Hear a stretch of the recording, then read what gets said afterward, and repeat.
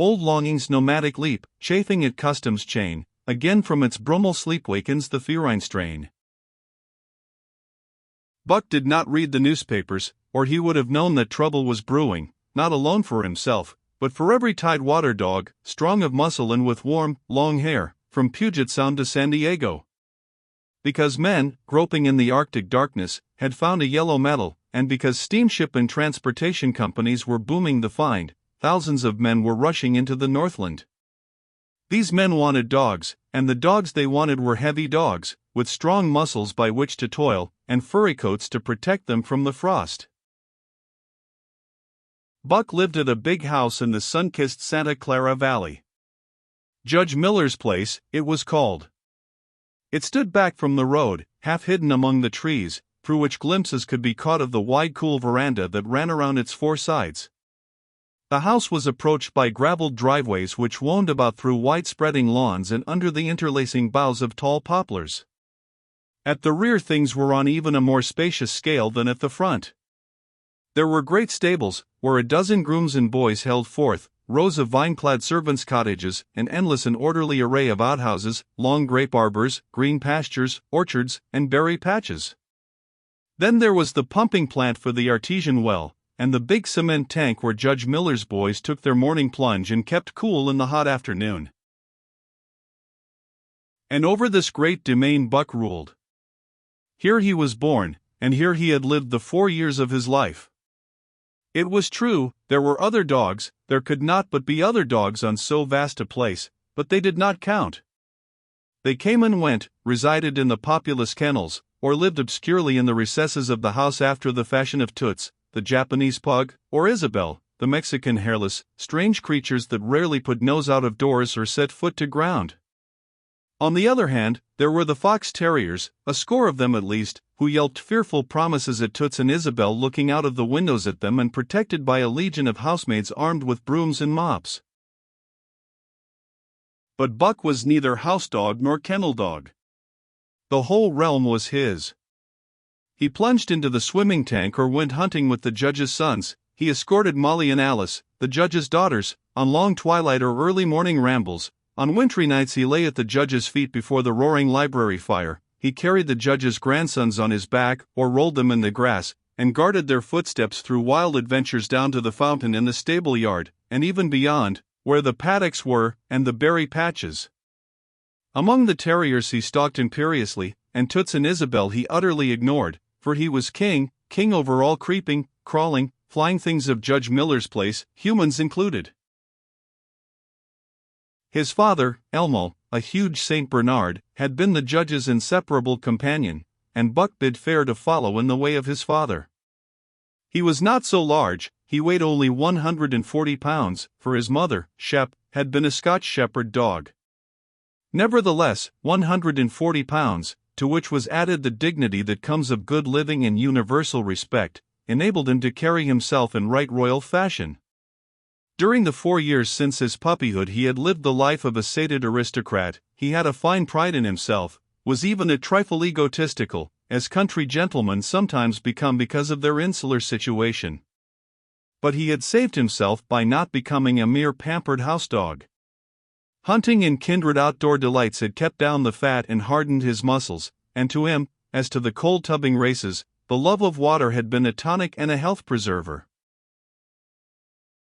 And this was the manner of dog Buck was in the fall of 1897, when the Klondike strike dragged men from all the world into the frozen north. But Buck did not read the newspapers, and he did not know that Manuel, one of the gardener's helpers, was an undesirable acquaintance. Manuel had one besetting sin. He loved to play Chinese lottery. Also, in his gambling, he had one besetting weakness, faith in his system, and this made his damnation certain. For to play a system requires money, while the wages of a gardener's helper do not lap over the needs of a wife and numerous progeny. The judge was at a meeting of the Raisin Growers Association, and the boys were busy organizing an athletic club, on the memorable night of Manuel's treachery. No one saw him and Buck go off through the orchard on what Buck imagined was merely a stroll. And with the exception of a solitary man, no one saw them arrive at the little flag station known as College Park. This man talked with Manuel, and money chinked between them. "You might wrap up the goods before you deliver 'em," the stranger said gruffly, and Manuel doubled a piece of stout rope around Buck's neck under the collar. "Twist it, and you'll choke 'em plenty," said Manuel, and the stranger grunted a ready affirmative. Buck had accepted the rope with quiet dignity. To be sure, it was an unwanted performance, but he had learned to trust in men he knew, and to give them credit for a wisdom that outreached his own. But when the ends of the rope were placed in the stranger's hands, he growled menacingly. He had merely intimated his displeasure, in his pride believing that to intimate was to command. But to his surprise the rope tightened around his neck, shutting off his breath. In quick rage he sprang at the man, who met him halfway, grappled him close by the throat, and with a deft twist threw him over on his back. Then the rope tightened mercilessly, while Buck struggled in a fury, his tongue lolling out of his mouth and his great chest panting futilely. Never in all his life had he been so vilely treated, and never in all his life had he been so angry. But his strength ebbed, his eyes glazed, and he knew nothing when the train was flagged and the two men threw him into the baggage car. The next he knew, he was dimly aware that his tongue was hurting and that he was being jolted along in some kind of a conveyance. The hoarse shriek of a locomotive whistling a crossing told him where he was. He had traveled too often with the judge not to know the sensation of riding in a baggage car. He opened his eyes, and into them came the unbridled anger of a kidnapped king. The man sprang for his throat, but Buck was too quick for him. His jaws closed on the hand, nor did they relax till his senses were choked out of him once more. "Yep, has fits," the man said, hiding his mangled hand from the baggage man, who had been attracted by the sounds of struggle. "I'm taking him up for the boss to Frisco. A crack dog doctor there thinks that he can cure 'em."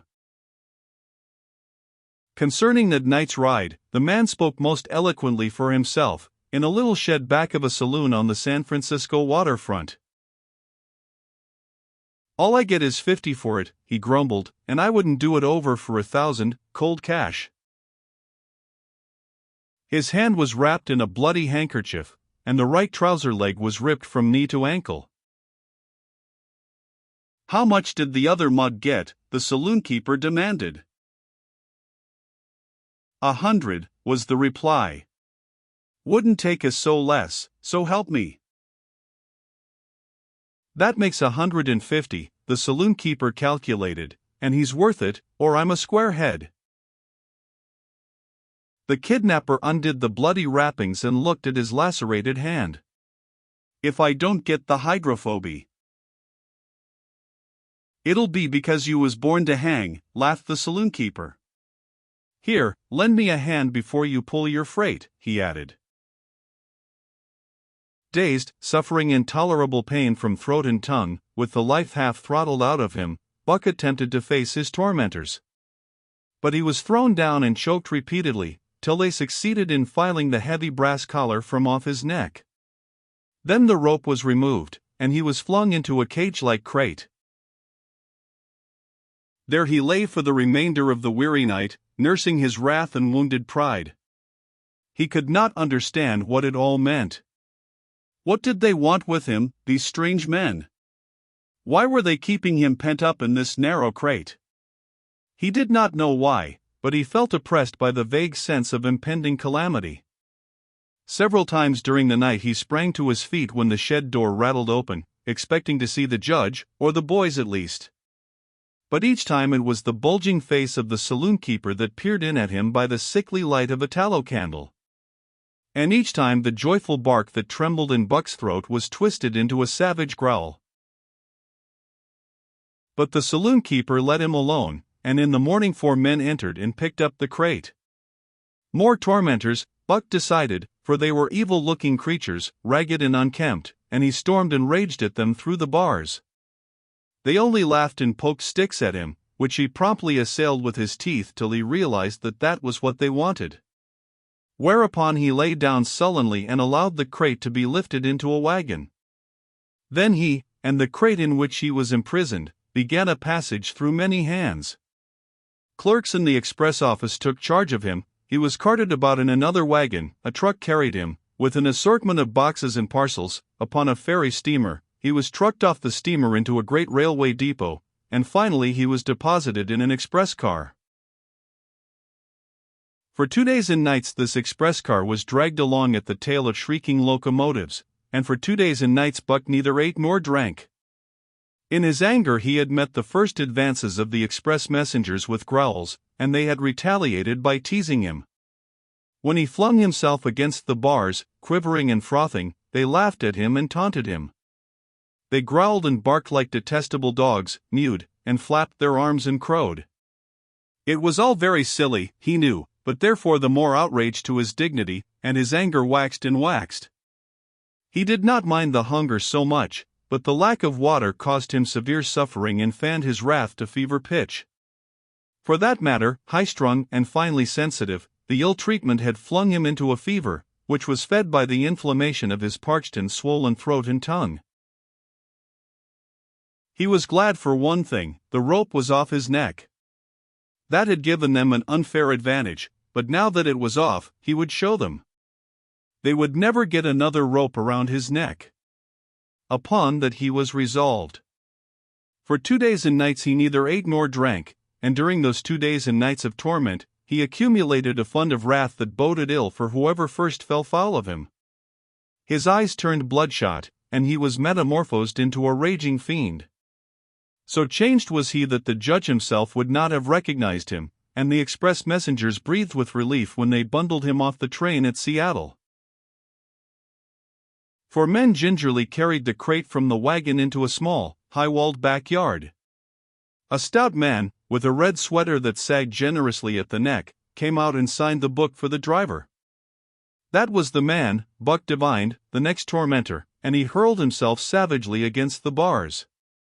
The man smiled grimly, and brought a hatchet and a club. "You ain't going to take him out now?" the driver asked. "Sure," the man replied, driving the hatchet into the crate for a pry. There was an instantaneous scattering of the 4 men who had carried it in, and from safe perches on top the wall they prepared to watch the performance. Buck rushed at the splintering wood, sinking his teeth into it, surging and wrestling with it. Wherever the hatchet fell on the outside, he was there on the inside, snarling and growling, as furiously anxious to get out as the man in the red sweater was calmly intent on getting him out. "Now, you red-eyed devil," he said, when he had made an opening sufficient for the passage of Buck's body. At the same time he dropped the hatchet and shifted the club to his right hand. And Buck was truly a red-eyed devil, as he drew himself together for the spring, hair bristling, mouth foaming, a mad glitter in his bloodshot eyes.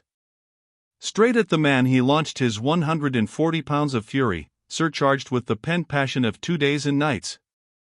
In mid-air, just as his jaws were about to close on the man, he received a shock that checked his body and brought his teeth together with an agonizing clip.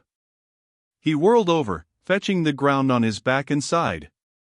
He had never been struck by a club in his life, and did not understand. With a snarl that was part bark and more scream he was again on his feet and launched into the air.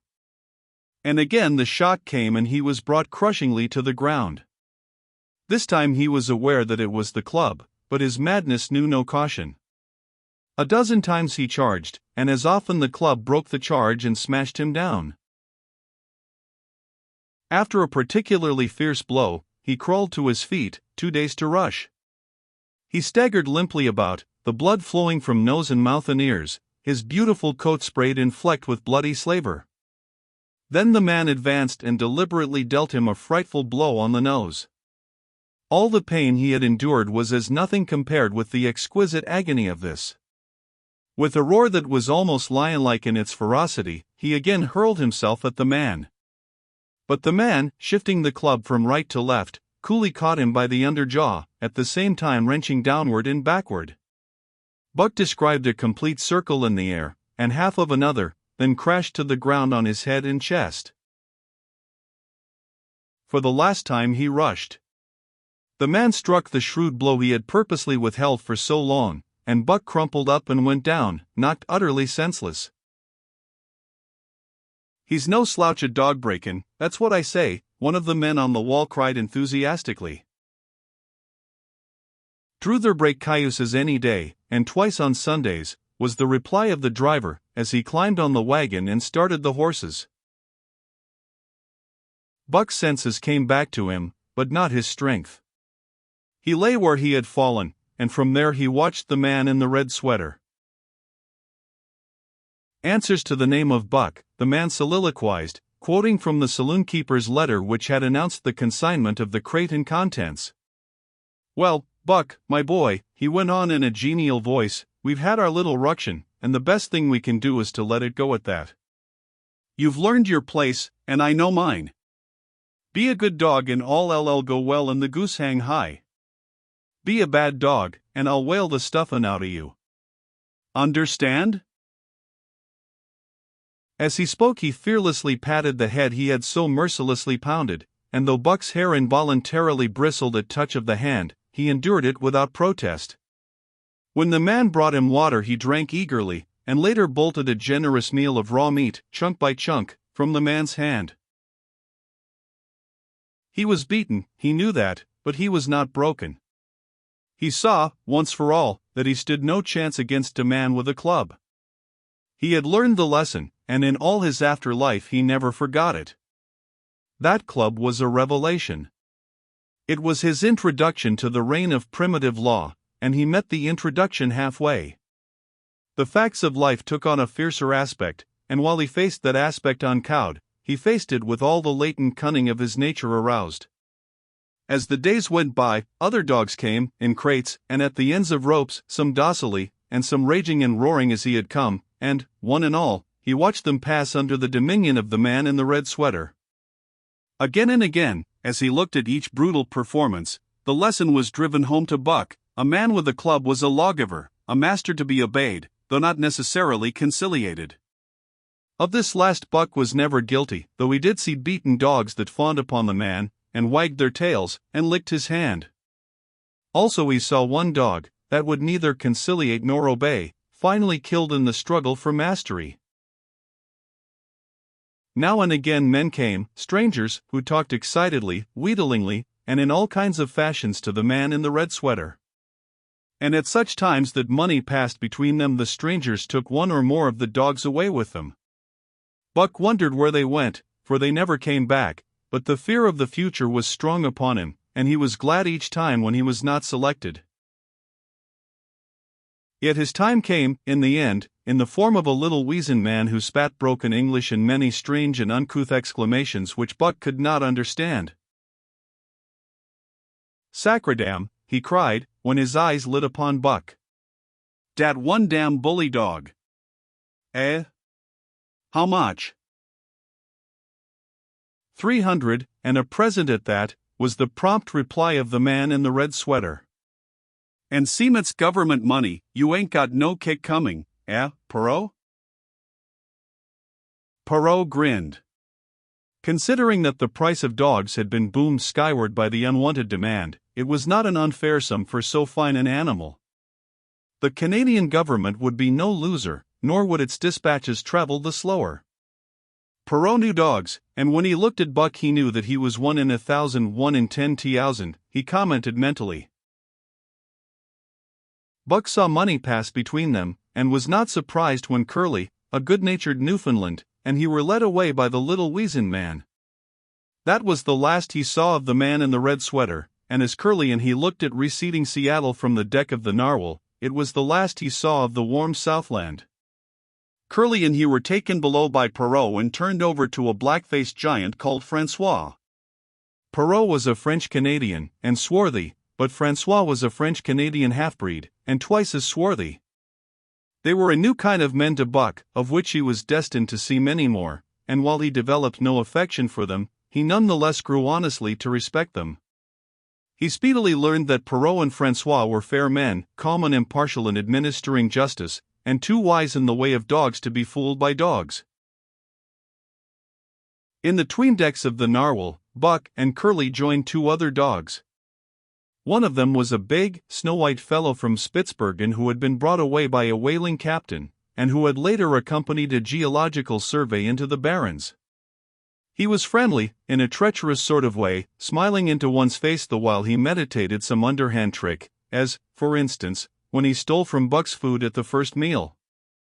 As Buck sprang to punish him, the lash of Francois's whip sang through the air, reaching the culprit first, and nothing remained to Buck but to recover the bone. That was fair of Francois, he decided, and the half-breed began his rise in Buck's estimation. The other dog made no advances, nor received any. Also, he did not attempt to steal from the newcomers. He was a gloomy, morose fellow, and he showed Curly plainly that all he desired was to be left alone, and further, that there would be trouble if he were not left alone. Date he was called, and he ate and slept, or yawned between times, and took interest in nothing, not even when the narwhal crossed Queen Charlotte Sound and rolled and pitched and bucked like a thing possessed. When Buck and Curly grew excited, half wild with fear, he raised his head as though annoyed, favored them with an incurious glance, yawned, and went to sleep again. Day and night the ship throbbed to the tireless pulse of the propeller, and though one day was very like another, it was apparent to Buck that the weather was steadily growing colder. At last, one morning, the propeller was quiet, and the narwhal was pervaded with an atmosphere of excitement. He felt it, as did the other dogs, and knew that a change was at hand. Francois leashed them and brought them on deck. At the first step upon the cold surface, Buck's feet sank into a white mushy something very like mud. He sprang back with a snort. More of this white stuff was falling through the air. He shook himself, but more of it fell upon him. He sniffed it curiously, then licked some up on his tongue. It bit like fire, and the next instant was gone. This puzzled him. He tried it again, with the same result. The onlookers laughed uproariously, and he felt ashamed, he knew not why, for it was his first snow.